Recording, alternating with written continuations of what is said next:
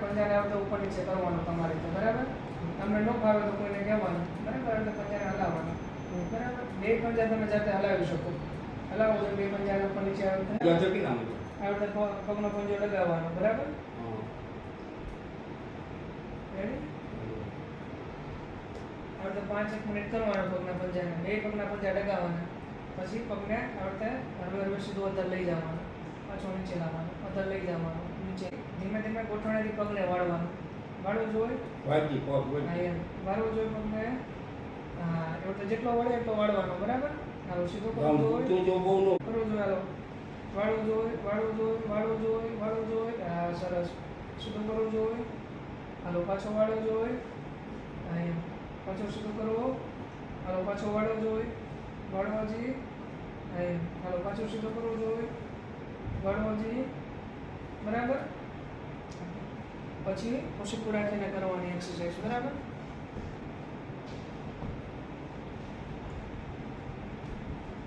આ પગને છે ને અંદર કરવો જોઈએ અને અહીંયા છે ને ઓશીકું રાખી દેવાનું આવી રીતે. ઉભાની જો જરાક અંદર રાખવું જોઈએ, પગ અંદર કરવો જોઈએ આવી રીતે બરાબર. અને ગોઠવણીથી પગને વાળવાનું, વાળવું જોઈએ, નીચે કરવો જોઈએ. હા એમ, પહેલાં આપણે અંદર કરો, હવે નીચે કરવો જોઈએ અને ગોઠવણીથી. હા એમ બરાબર. આપણે નીચે કરવાનો, સીધો કરવાનો બરાબર. આવી રીતે કલાકે આ બધી 10-10 વાર કરવાની. કરવું જોઈએ, કરવું જોઈએ બરાબર. પછી રૂમાલનો દોડો કે કંઈક રાખીને અહીંયા ગોઠણ નીચે રાખવાનો. તો જો હું હાથ રાખું અહીંયા બરાબર, ઢીલો મૂકી દો પગ. હવે એની ઉપર ગોઠણથી વજન આપવાનું, ગોઠણથી વજન આપવો જોઈએ. હા એમ, દબાવવો જોઈએ, પછી ઢીલો મૂકી દેવાનો. જેટલું થાય એટલું, આખા પગનું આપણે જોર નથી કરવું, ખાલી ગોઠણથી જેટલું થાય એટલું કરવો જોઈએ. હા એમ સરસ. પછી ઢીલો મૂકવાનો, પછી પાછો દબાવવાનો, પાછો ઢીલો મૂકવાનો, પાછો દબાવવાનો બરાબર. એવી રીતે કલાકે 20 વાર કરવાનું.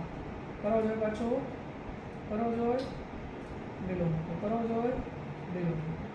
એ થઈ ગયા પછી પગને એટલું વધારે રાખીને આપણે બે બાજુ ફેરવવાનું, અંદર ને બહાર બરાબર. આ બધું 10-10 વાર કરવાનું. પગમાં સ્નાયુની તાકાત વધે અને વહેલા હાલતા થઈ જાવ તમે બરાબર. હાલો છોકરા, આ બધે વજન રાખીને